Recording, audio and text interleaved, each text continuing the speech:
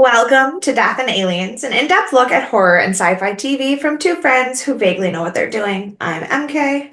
And I'm Courtney. And Courtney, how are you? I'm tired, but I am okay. It's just been a weird day. It's been a weird week. Um, I think the full moon from like a week and a half ago now just like threw off the universe. For Um, real. it was just wild. Um, but I had a very touristy-esque weekend, I guess, in New Orleans. Nice. I think I had mentioned last week when we recorded, my friend Zach was coming in, and then I didn't know any of our schedules. No. I still didn't know any of our schedules until they happened. But we had fun. He came back in Friday night and we went to Rachel and Nick's and played board games until 4 a.m. No. Do you know how tired I was? Like, I was What driving. 4 a.m. is I'm at the point in life where 4 a.m. is a more reasonable time to wake up Wake than it up. is to go to Yes. bed. Yeah, yeah, for sure, for sure. So usually like our late game nights are like 1:30 and we're all like Right. half dead. Like, but Yeah. I was driving too, so I wasn't like drinking or anything. Right. And obviously Rachel wasn't drinking or anything. But we're sitting there and like Bestie Kirsten got off at midnight. So she came at midnight and there were three different times that someone at the table who wasn't me was like, so do we want to do another game? And then someone else at the table says, yeah, I'd be down for another one. And I was like, oh no. At 2:30, because I always sit on the inside of Rachel's table where I'm like trapped Yeah. just because I need the least things and I can climb around things easier. Yeah. And I just looked at Rachel across the table and I was like, can I have some coffee? I was like, I just need a cup of coffee. No, my birthday Oh, my birthday party is coming up this weekend and we're having a game night. And literally my invitations that I sent out said like for details, it said party time 6 p.m. because none of it were no, I'll read it to you because it's funny. This is literally what my invitation said because I am so funny. Um, it says a bookish game and drinks. Party starts at 6 p.m. because we're all too old to stay up late. Please wear your comfiest clothes and look like you're homeless. That's the vibe. Everyone should bring an Avatar themed charcuterie board to share. I'll have wine and Kevin Hart's tequila that he gave me. Please ask. love this. Wish I That's, was in Buffalo this weekend. I know. That is my description of my party. I was like, Oh, literally, wear sweatpants and leave early. Like that's a party night yeah. to me. I'm Like like that was I'm like our we that's can we totally can our sip vibe. tequila and play games for sure, but like from 6 to 10, like that's Right, right. And that's usually how we go. We're like 6:30 maybe, depending on how yeah. late Mike gets off. To And then be we'll have dinner and we'll, have a couple to be games. So maybe 11:30, fair, 12. I think there'll be seven of us there, including me. Jill is the only one of the seven who is not married, and three of the seven have small children under 5. So like Mm-hmm. this is not we don't do late nights. We're No, not no. that's not our vibe. No, it was so late. And it was so much fun because I love everyone. But my God, I was for sure I was gonna pass out on the table. And it just was gonna be what it was because I didn't have any Yeah. other options at that point because I was trapped. But it was a really fun time. But then my body does this fun thing now where, as you mentioned, 4:30 is a more reasonable time to wake up. Yeah. My body wakes up sometime between like 7 and 8:30, just like every day. So I That's go to bed. So we get home at like 4:30. Because even though we eight stopped playing games at yeah, 4. 8:30 is my like intense sleep in days. Yeah, yeah. So like I'm, we're getting home at 4:30. I can't go to sleep when I get home. That's just not who I am as a Nope. person. Same. And so I'm like laying down for like at least half hour, could have been a little bit longer. We'll say half hour though. Um, I'm awake at 7:45. Correct. 100%. And I, where's that? He was asleep on my couch. And so like I'm trying to like come out of the bedroom like quietly and like do everything because like bathroom, I have to make coffee, I have to do all this stuff because I'm Yeah. awake. Like I'm just like Yeah. awake. And so I get up, I grab my laptop, I start working. It's like I'm just like in bed working quietly. And then Sadie is like fussing to go out. And so then I take her for like a half hour walk on the levee. And I've lost my mind. This is me as a crazy person. Yeah. It was so wild. So I didn't sleep. And then I didn't stop though. That wasn't the end of my day Of course not. because we went for the walk and then we came back. Zach had started getting up. And so then he went and got lunch and came back and I did some more work when I should have been taking a nap, but I didn't. I just kept working. And then he wanted to go for a walk on the levee and I was like, sure, here we go again. Sure, why not? Why not? Cool. And then he wanted to drive around. So then we drove around. And all this time I'm not sleeping. And then we're going downtown to New Orleans because we went on this tour, this ghost tour, which is the best ghost tour I've been on ever. Okay. Like it's called Hottest Hell Tours. And if anyone is in New Orleans, you have to come down, you have to go with Elaine. Elaine is your gal. She's so funny. And it's like, a lot of those tours really focus on like the salacious and like don't always get the history right because they really want to, they like pull all the rumors out and they really push those forward. Yeah. No, ma'am. She is like, this is the truth. This is the history. Here's all the things people think about. And like, here's where people talk about the rumors, but actually the true stuff is way crazier and they just don't know. Yeah. And I was like, girl, this is it. So it was very interesting. It was almost like a 2-hour walking tour. And then we had to basically run across New Orleans to catch the last ferry back to Algiers because we were staying there, and went to this little pub called Crown and Anchor Pub. Also highly recommend. It's like Doctor Who themed.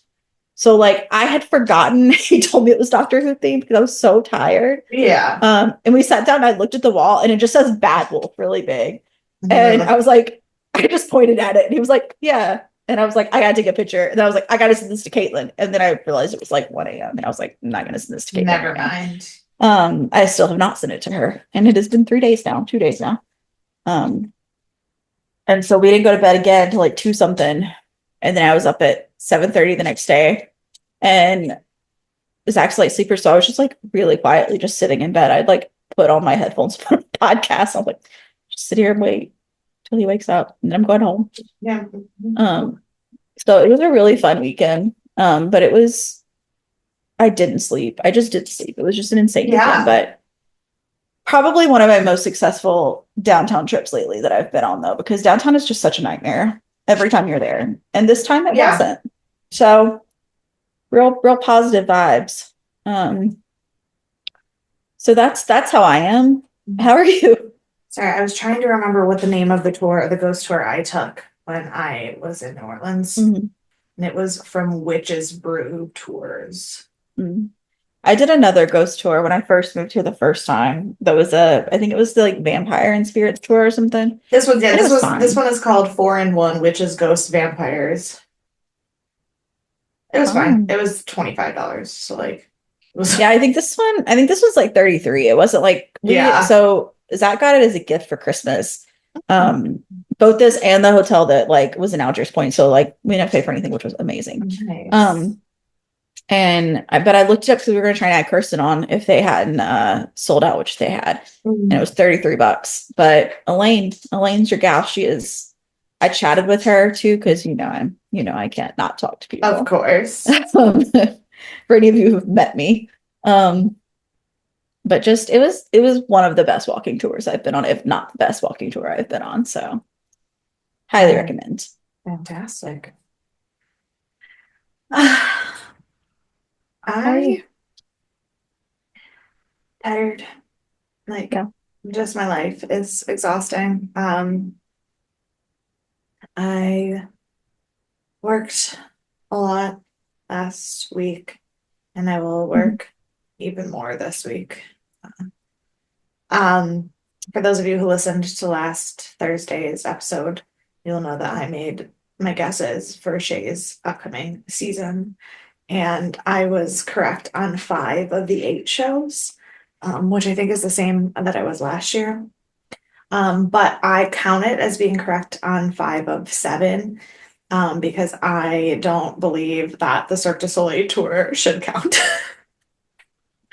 Look, It's making its rounds. I actually had heard about it being somewhere else. So it may have been at New World Stages. I think that was the one that was at New World Stages for a while. Wow. I'm like torn on Sarah is currently living in Austria with her husband because he is a Cirque du Soleil like acrobat. So like I can't hate Cirque du Soleil, but I'm Yeah, also yeah. like, would I choose to do that? Especially in the staging of Shays? No. It's definitely So like a choice to have on your tour, but yeah, yeah. But the best part of it was this lovely young man named Josh. Why am I blanking on what Josh's last name is? He was Josh Strobel. He was in Dear Evan Hansen and a couple other things. He won the 2016 Jimmy Awards. Like he is in you're the having Hanson on tour or on Broadway. on Broadway.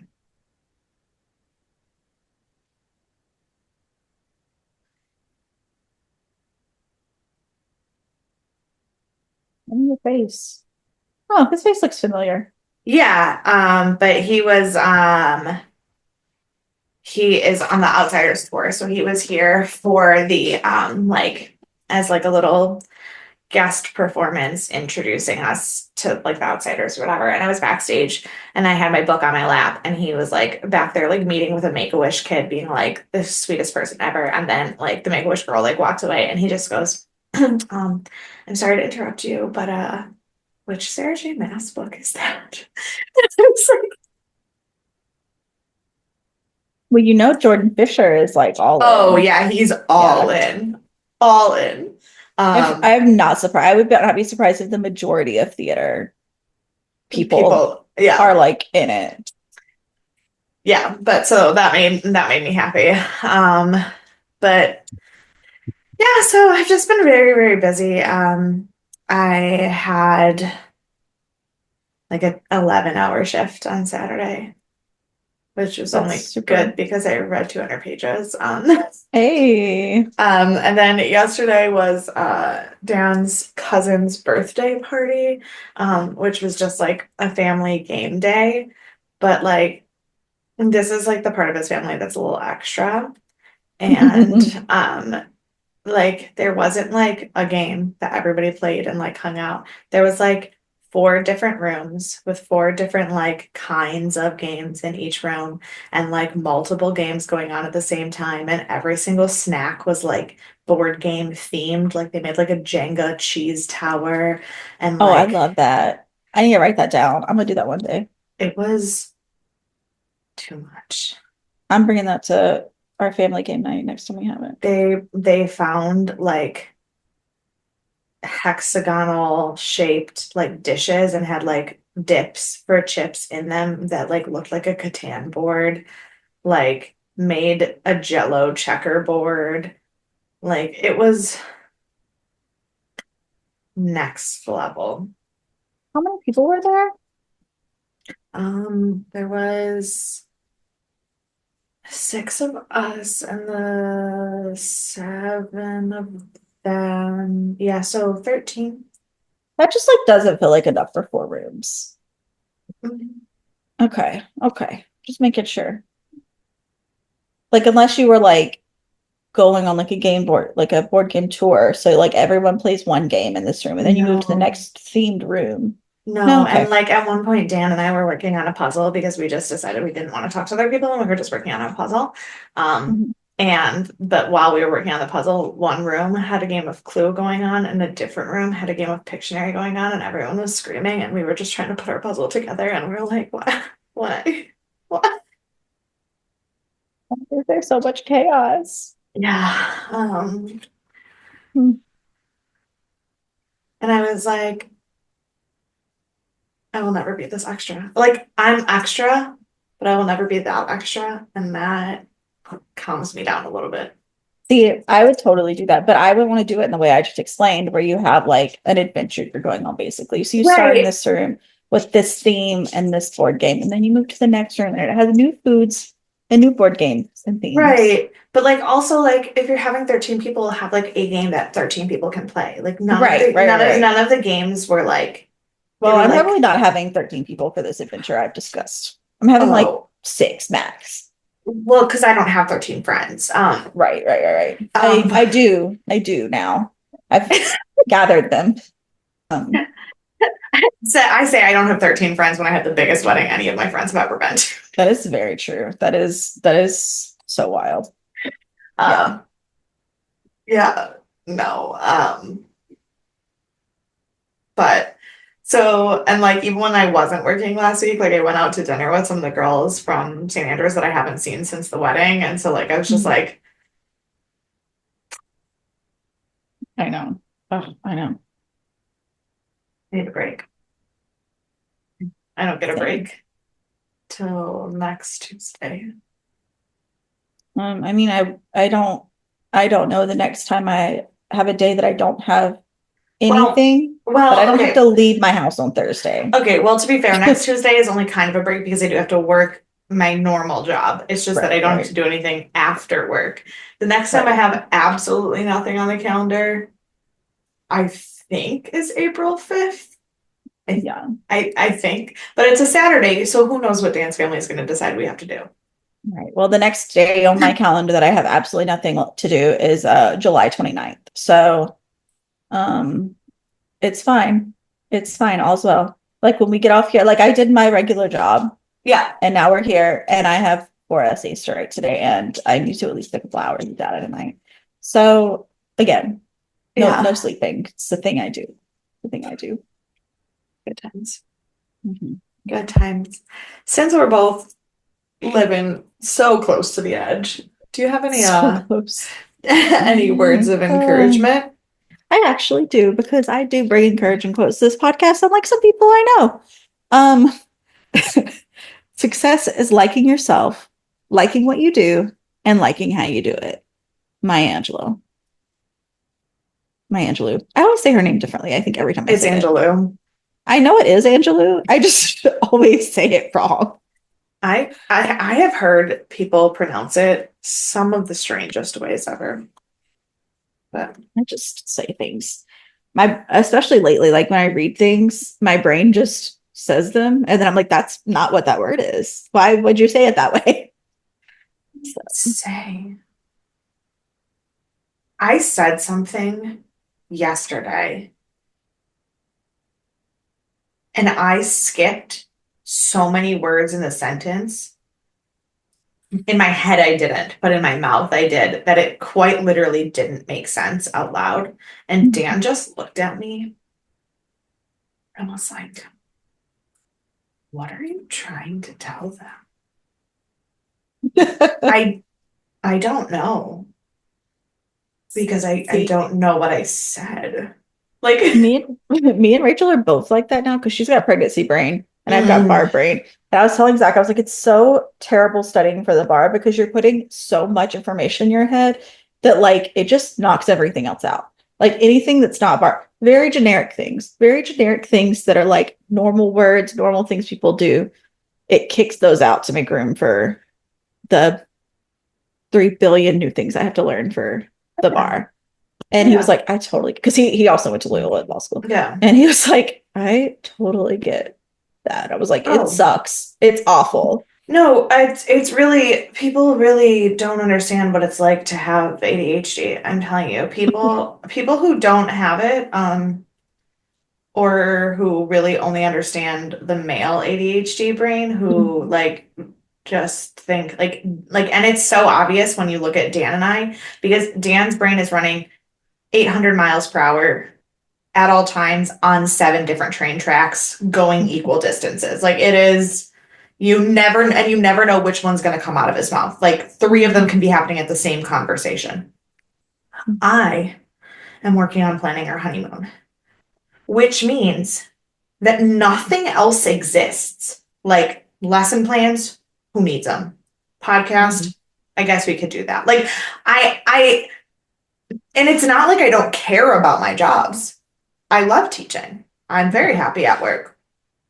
But I also have spent like all of my planning periods in the last 2 weeks researching train ticket prices. And like, no, who cares about anything else?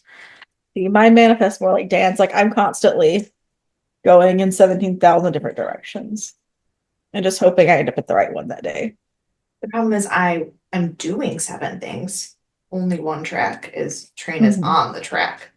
There's 7 train tracks. Only one train is functioning. But I don't have a segue. I really was going to try to segue into this, and then I realized none of that worked.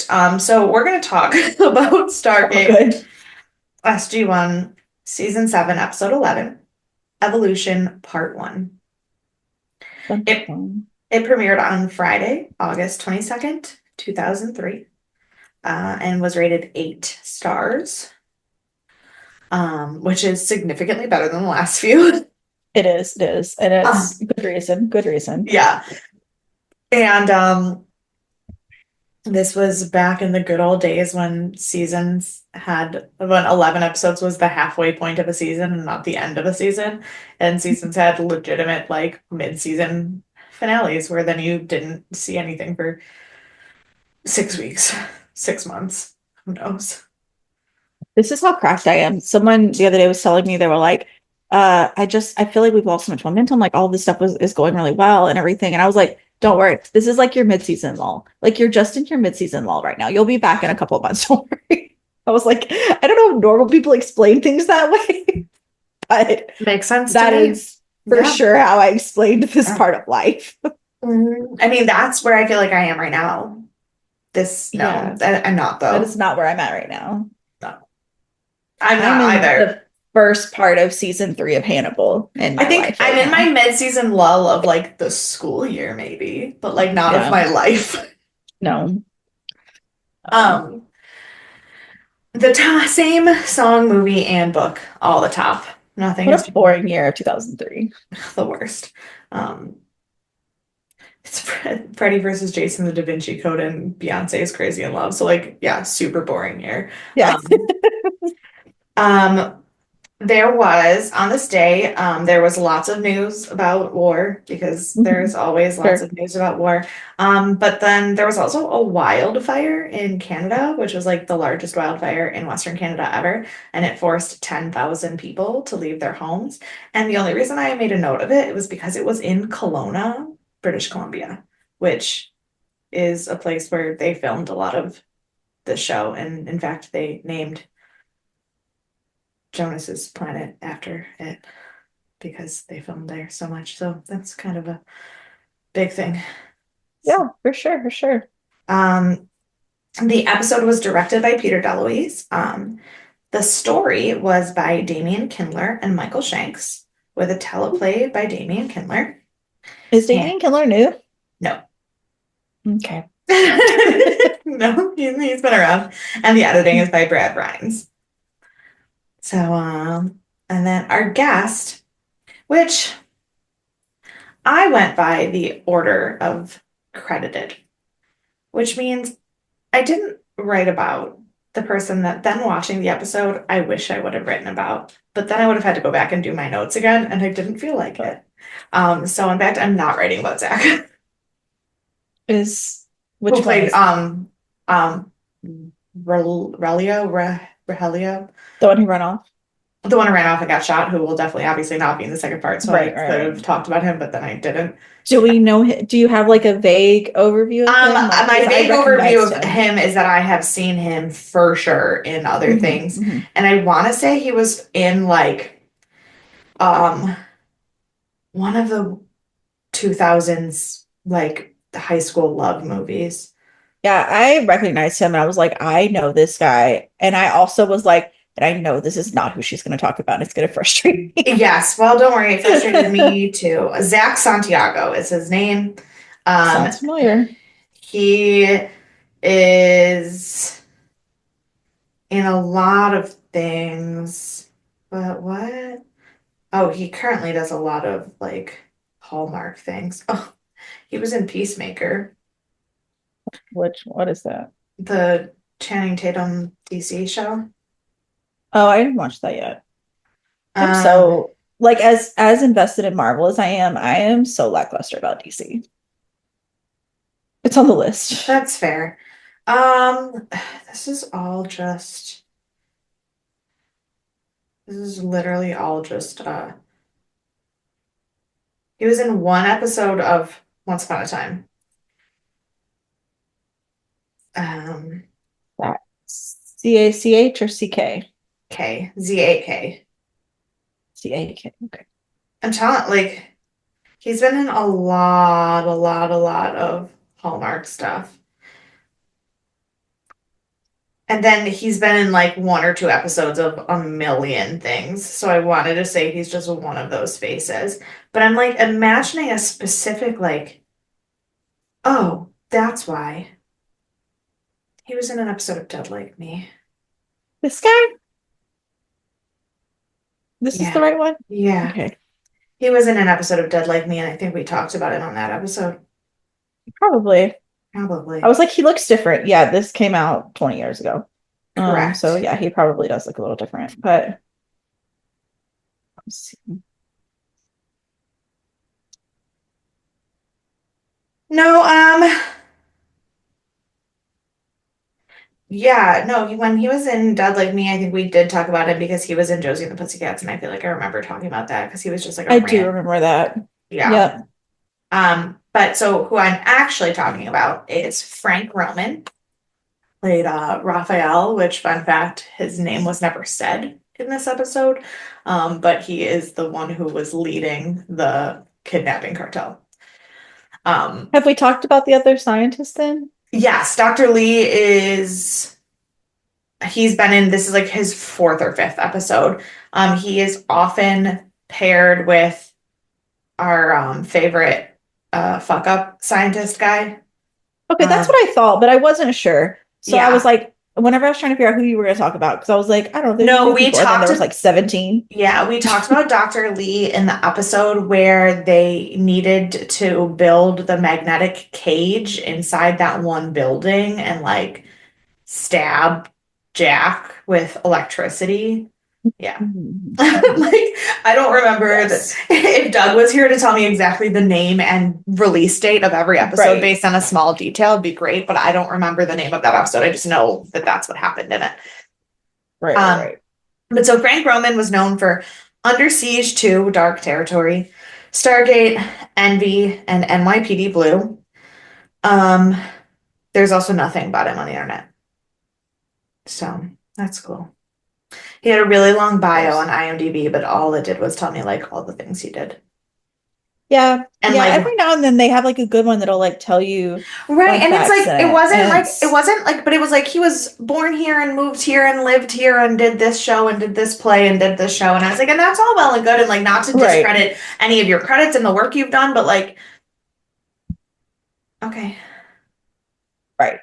So, and also with a name like Frank Roman, you would be not at all shocked to know how many people show up when you try to Google him that are not him.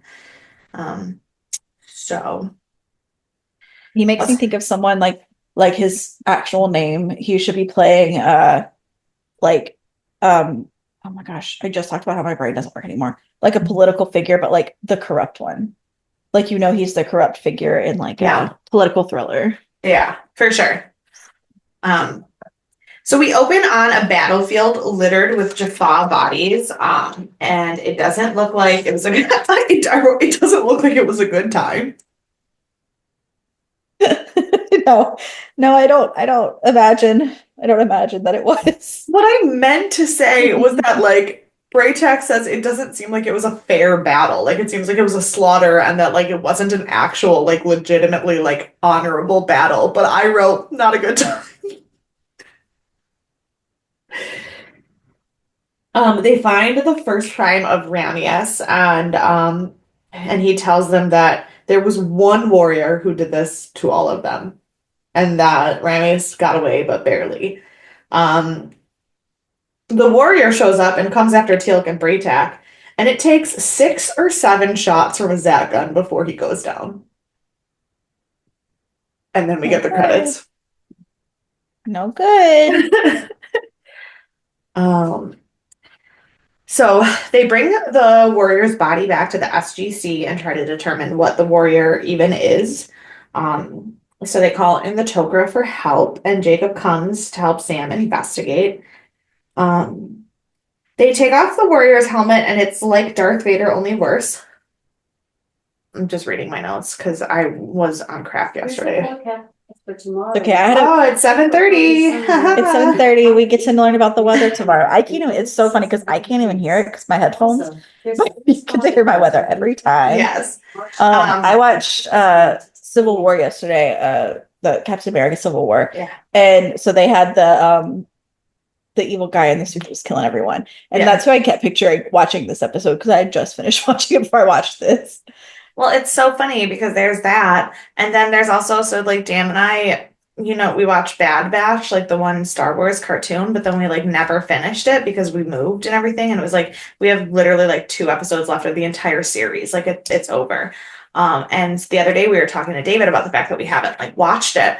And David was like, yeah, we still need to know who that masked guy with no identity who keeps showing up everywhere is. And I go, oh my God, I forgot about that. But so like as I'm watching this warrior get unmasked, I'm thinking of the freaking clone trooper who we can't identify. So the Goa'uld have appeared to have engineered a host that is a perfect weapon, only in making it stronger they fucked something up and it has no longevity. And so it turns out that the host didn't die from Teal'c's Zat. He died from a heart attack, and Teal'c just got real fucking lucky on the timing. Which is very concerning. Very concerning. Yeah. We figure out that the Goa'uld created this warrior to fight for them because the Jaffa uprising is getting out of hand and they don't think they can trust the Jaffa anymore. And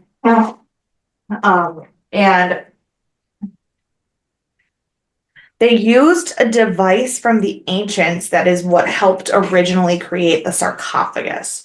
And they created life in a mature, non-living form. So basically, whatever this was, they grew it in a lab, and then once it was fully grown, then made it alive, which feels like it goes against every law of science ever. Which is also basically what they said. Yeah. They were like, that doesn't, what? Yeah, they were like, that's not a thing that is possible. The Goa'uld, who originally discovered this device from the ancients, was named Telchak, who Daniel thinks might have been on Earth as just Chak, who was a Mayan rain god that, fun fact, old creepy grandpa Nick spent most of his time researching. Because, of course, Daniel's grandpa is the only person. Daniel and his grandpa, every episode, make me more and more convinced that whoever wrote Atlantis, the Lost Empire, was the world's biggest Stargate fan. Because Milo Thatch and his great-grandfathers, whose journal he uses, are Nick and Daniel. 100%. For sure. When did that come out? Didn't they come out around the same time? I don't, probably, because Atlantis feels very early 2000s. Atlantis, the 01. 01. And so by this season, we're on 03. So Stargate. Yeah. But so the Stargate movie came out in 94. So I'm looking it up on Google. It says it's not based on the Stargate franchise. So there are some plot and character similarities. I don't believe you. I don't believe you. Who is on the developing team of this? I was trying to compare it to Stargate Atlantis, though. I don't need that. No, I don't care about Stargate Atlantis.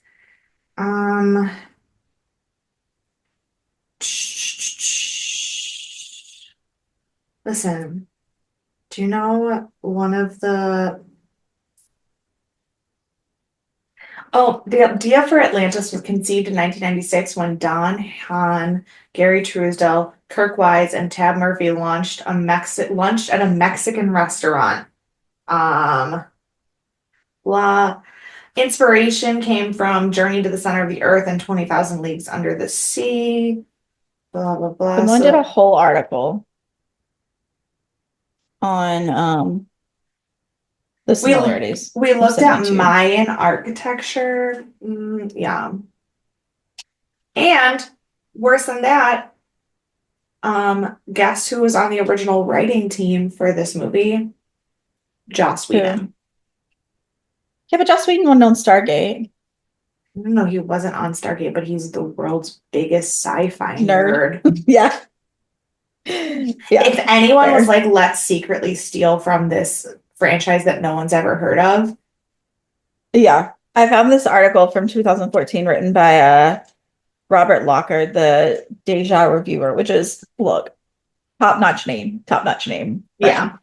And he said Stargate debuted in theaters exactly 20 years ago today. It was so good that they released it again 7 years later, except that time it was called Atlantis, The Lost Empire. And then he just like breaks down everything that's everything similar that's the about the same. two. Every day I go, Yeah. He's like, these movies are so closely related that it's crazy that Roland Emmerich and Dean Devlin didn't get story credit on Atlantis, or at least inspired by. right. They're like, no, I love it. So we have no idea what you're talking about. maybe No. we'll do a reflection on that later. Yeah, I have to read that article, but I then know. That's why I sent it to I'm you. sure eventually this will just devolve into my podcast about why Daniel Jackson and Milo Thatcher are the same person because I like it. it does just about every week anyway. Yeah, I need to rewatch Atlantis. I got It's into probably been 20 years since I watched it. Dan's family doesn't like it. They just watched it for the first time like Mm. recently and they didn't like it. And I was like, Who if I'm married into. well. Okay. But so they're looking through Nick's notes, and this device from the ancients may or may not have been the basis of the Fountain of Youth myth. Um, and but Daniel's like, but I've never been able to like figure out what he was talking about in his notebook. So he shows it to Jacob, who's like, well, that's because it's written in an ancient dialect of Goa'uld. Yeah. Because of course Nick's grandpa could write Goa'uld. No, no, I'm Well, of sorry, course. Daniel's I grandpa. mean, Of course Nick could. Like, yeah. what are we doing? Where do we think Daniel got all his smarts from? He came by it honestly, guys. He didn't just like wake up this nerdy. Um, his parents were archaeologists that literally died in a museum accident. So like, Yeah. and then he was raised by his crazy grandpa. Crazy, smart, enlightened. Also crazy. I mean, we've met him. We've met him. Remember that? We have. Yeah. Yeah. In our Indiana Jones episode. Yes. Mhm. So the team thinks that Anubis is behind this new warrior, because who else would have a connections to ancient technology and be the desire to kill every other system lord? Right. Yeah. I mean, I felt like that was pretty obvious. Yeah. But Also, so like they brought Braytak and Jacob. Of course, they were gonna mention it. Of course, it was gonna be Anubis. Like facts. Yeah, we don't get the whole team together for something smaller than that. no. They also so they think it's Anubis, and they also want to go to Honduras to find the device. Sure. So Daniel and Dr. Lee head to Honduras, and they meet Rogelio, who will show them temples. He is sure there's nothing there in the jungle where they want to go, and he doesn't want to take them, but he decides to hustle them a little bit, and they pay him way too much money, and he's like, great, let's go. However, the whole time this is happening, there is a man at the restaurant watching them. Eek. Back to understanding Anubis, he is going after all of the minor Goa'ulds to amass weapons and supplies before he takes on Baal. Oh, what a guy. Braytak is worried that the Tokra's efforts won't actually be enough and that they won't be able to defeat this warrior. They like don't know what to do. Well, and Sam says, well, the only way to like figure it out is to capture one alive. Um, Which is every sci-fi movie ever. yeah, Like King Kong. I just worry I know. that we don't think before we say things out loud. I just worry. Full stop. Um, Sam determines that the suits are immune to most things, but a very fine-tipped dart can pierce it. Um, they also determined that because Ramius, that's his name, Rasmus, I don't fucking know, the one gold who escaped, he might be a target. So they want to use him as bait to catch the warrior. They're going to go set up on his planet and try to catch the warrior. In Honduras, they follow the map, which doesn't appear to be a temple, which Rogelio's like, I fucking told you. I don't know what we're doing here in the middle of the jungle. Until Dr. Lee falls in a hole and goes, hey guys, I found it. Um, Bless his heart. Bless his heart. Back on Rames's planet, the SG teams and the Jaffa like rebels are setting up an ambush to catch the warrior. Um, And then I did one of those other weird things where I suddenly start calling people by their first names, even though I've never done that before. And I just wrote Daniel and George. Bill. Right. I wrote Daniel and Bill go to explore the temple and leave Virgilio on watch. And then I was looked at it and I was like, who's Bill? Oh, right. That's his name. Dr. Lee is William Lee. The ambush team are bored. Oh, the teams on Ramius's planet, they're bored because the warrior has not shown up yet. What? We flip back and forth a lot in this middle section there. The cave slash temple is short and narrow and comes to a dead end. Then we flip back to Ramius's planet and the warrior comes through the gate toward the ambush team. They trap him in a force field and trank him, but he doesn't react to the darts at all and then just walks out of the force field. Things are going very well. They attack, and I wrote, and are utterly unsuccessful.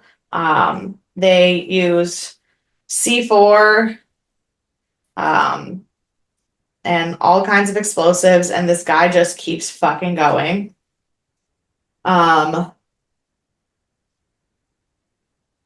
He kills all of the Rebel Jaffa, which then it seemed like he didn't, and they were talking about them like they were going to come back and rescue them. But I was like, I swear to God, we just watched them die. I don't understand what's happening.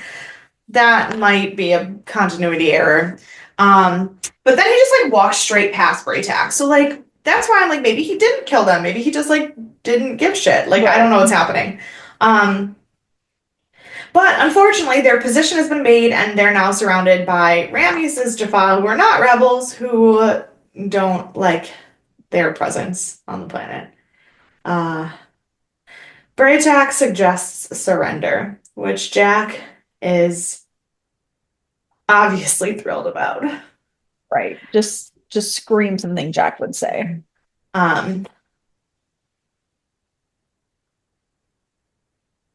Dr. Jackson and Lee try to find the way, like find what's going on in the chamber, because the chamber that they're in at the dead end has like no markings on the wall, no doorways, no windows, no other paths, like nothing. It like just seems like an empty room. So they were like trying to figure out what they could do.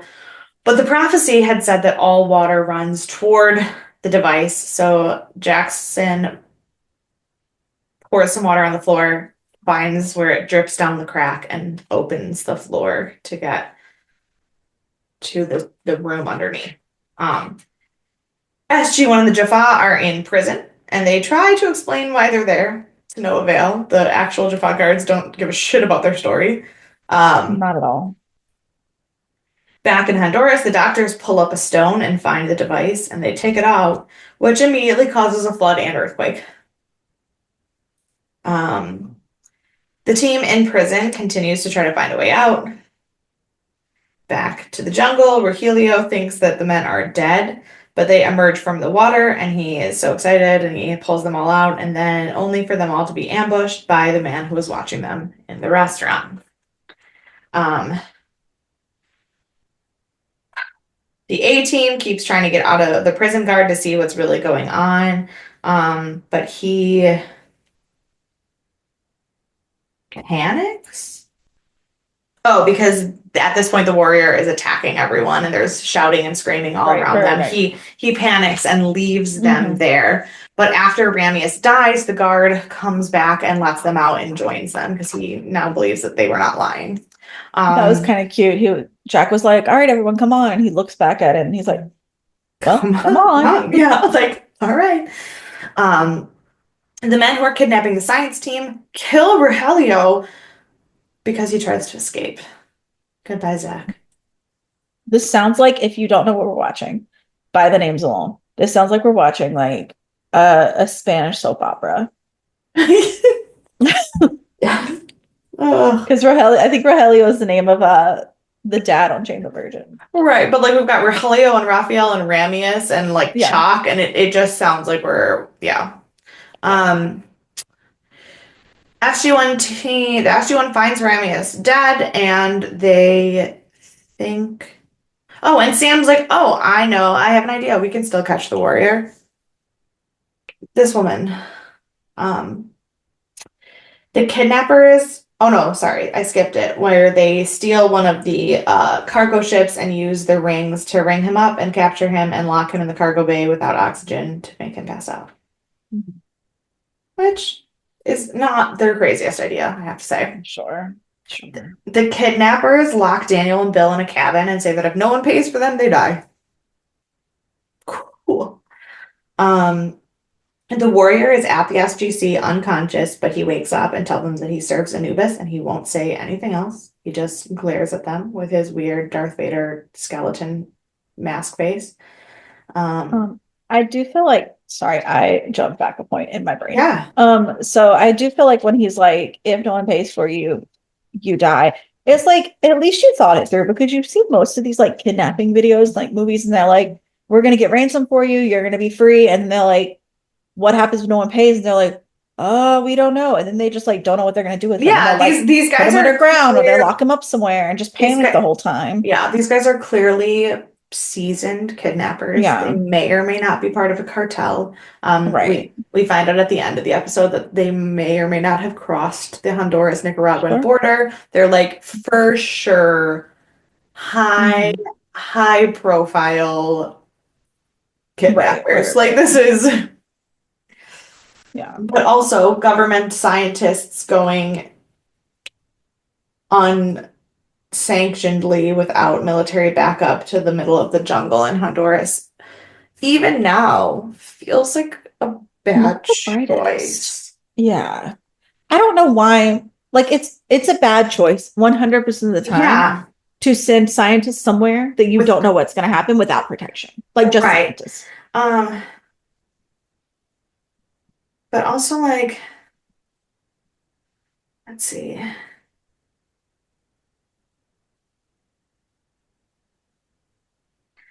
But like,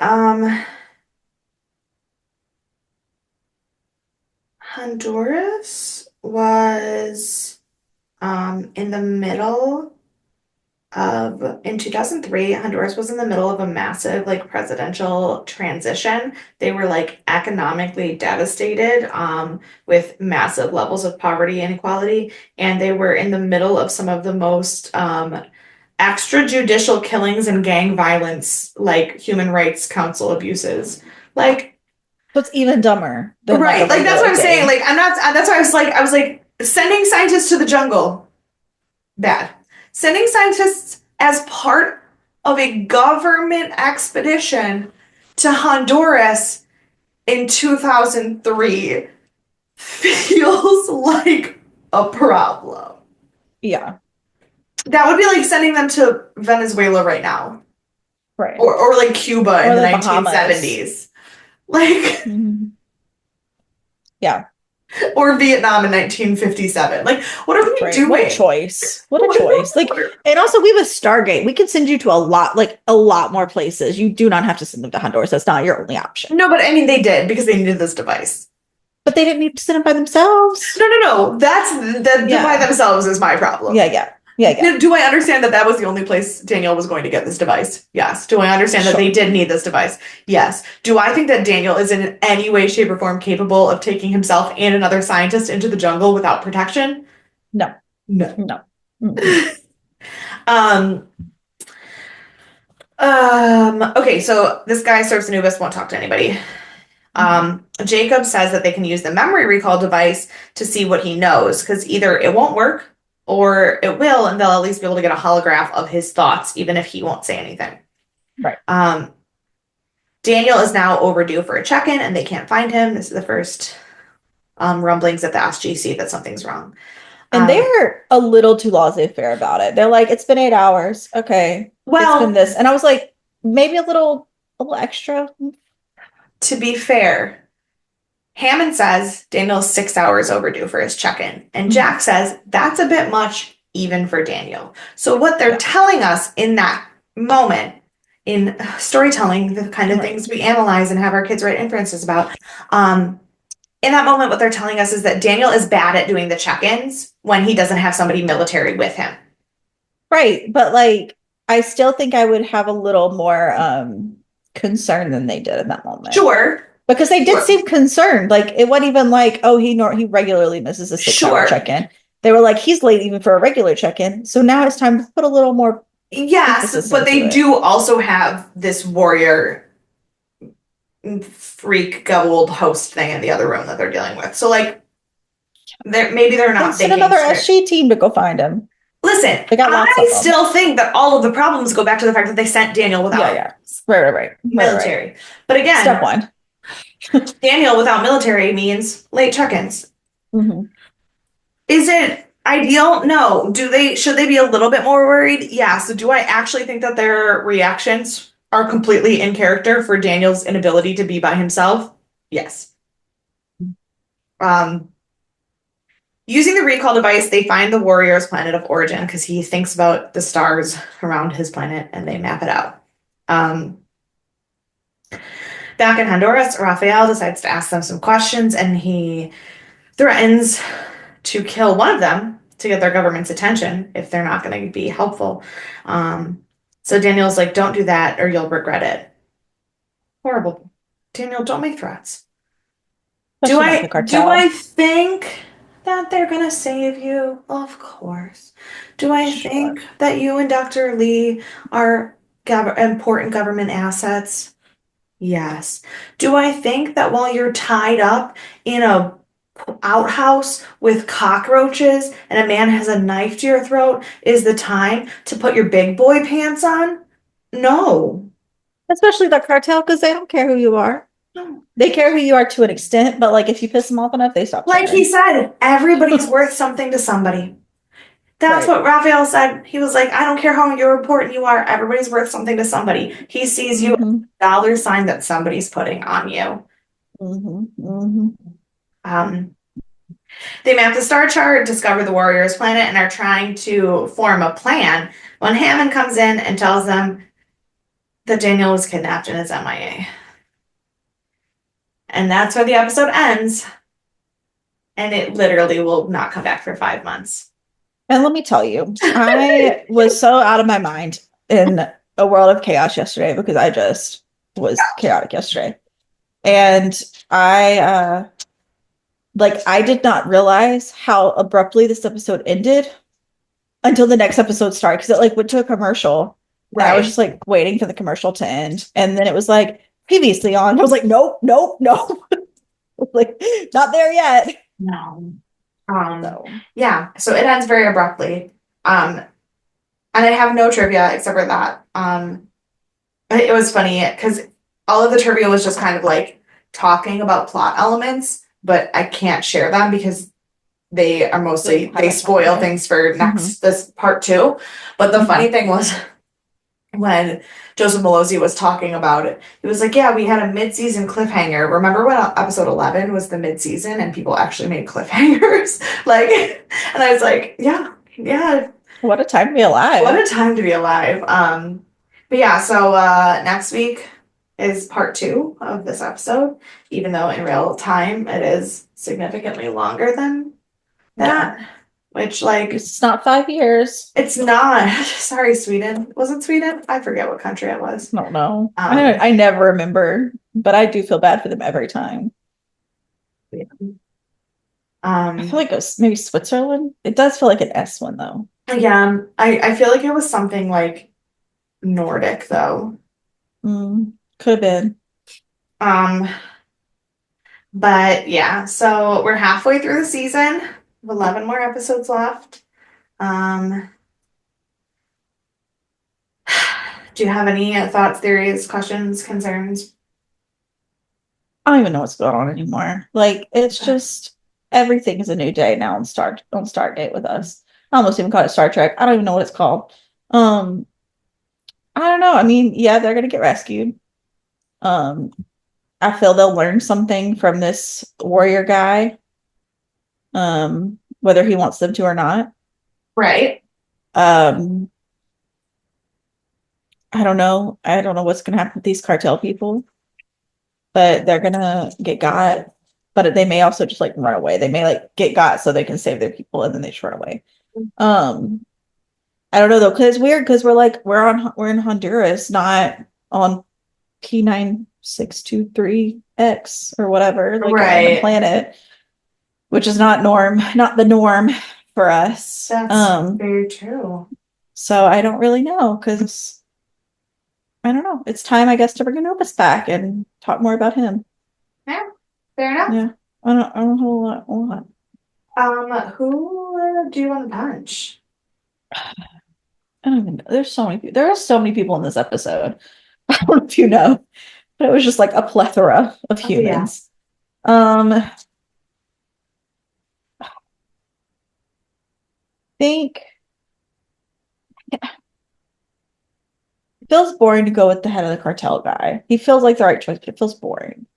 So I think I'm gonna go with Rogelio because he just was kind of a problem and then tried to escape and save only himself and then he died. So like Yeah, you kind of like had it coming, friend. that's Like hate fair. to say it. That's fair. Also, I was just looking at next week's episode and he is credited for next week, so I guess I could have just waited to talk about him. Except for that That's hard. there's a different person in next week's episode who's only in next week's episode that Mm, I wanna that is right underneath him in the credits, so yeah. I might just skip him because we have already Well, talked we've about already him. talked about We've him. already talked about Yeah. him. I'm pretty sure we talked about him during Dead Like Me, and we talked about I him a think little so. bit today. So I'm gonna skip Yeah. him because I'm more concerned about the next one. Yeah, yeah. I think that's fair. Um, who am I gonna punch? If you're not gonna punch Raphael, I'm gonna punch Raphael because it is the correct choice. Yeah, yeah. It is for sure, for I sure. mean, again, it is the boring choice, but it is the correct choice. Mhm. Who's your MVP? Everyone had their issues, I feel like, to an extent. Yeah, Um, so no one really like stuck out for me. I guess I had to pick someone though, like maybe Jack.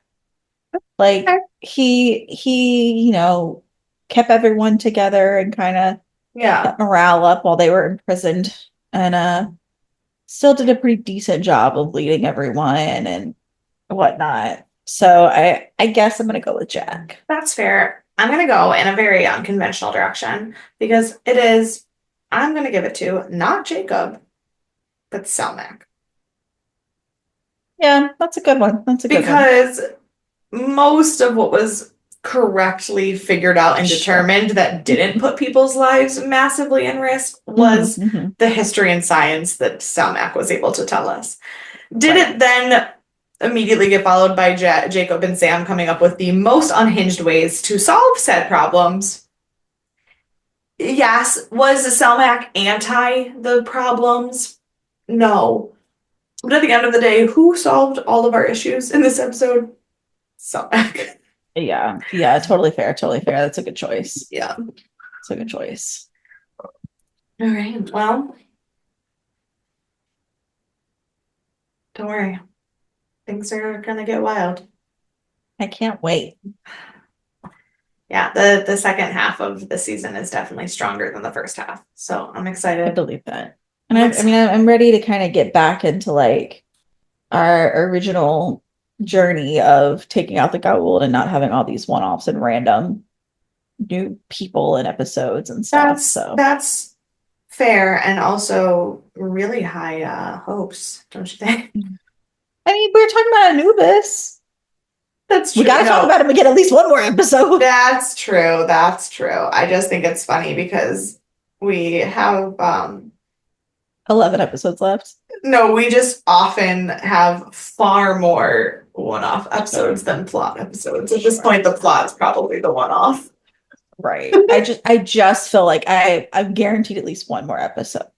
Correct. Because how wild would it be if they were just like, we're not going to talk about Anubis in part two? Like, could you imagine? I don't, yeah, that would be insane. It wouldn't even That would make be sense. insane. It would Right. not even make sense. It would be terrible writing. Mhm. Um, all right, well, with that, if you have any thoughts or theories or information about what to do when the cartel kidnaps you, please email us at deathandaliens@gmail.com or follow us on all of the social media at Death and Aliens. You can follow me everywhere at EMKAY_superstar. I'd like to give a caveat before I give my handle. I don't know Please. that you should email us anything about the cartel because I don't need to be on any search bases. I guess send that directly to Mary Kate's handle, her personal one. Um, but if you want to talk to me about non-cartel related things, you can find me at CE Cloud 13. See you all on Thursday, where we are even, definitely less on the government watch list when we talk about serial I killers hope and so. cannibals. We'll see. I don't, We'll see how that goes. nothing we do on this podcast is safe. That's life. That's showbiz, baby. Bye.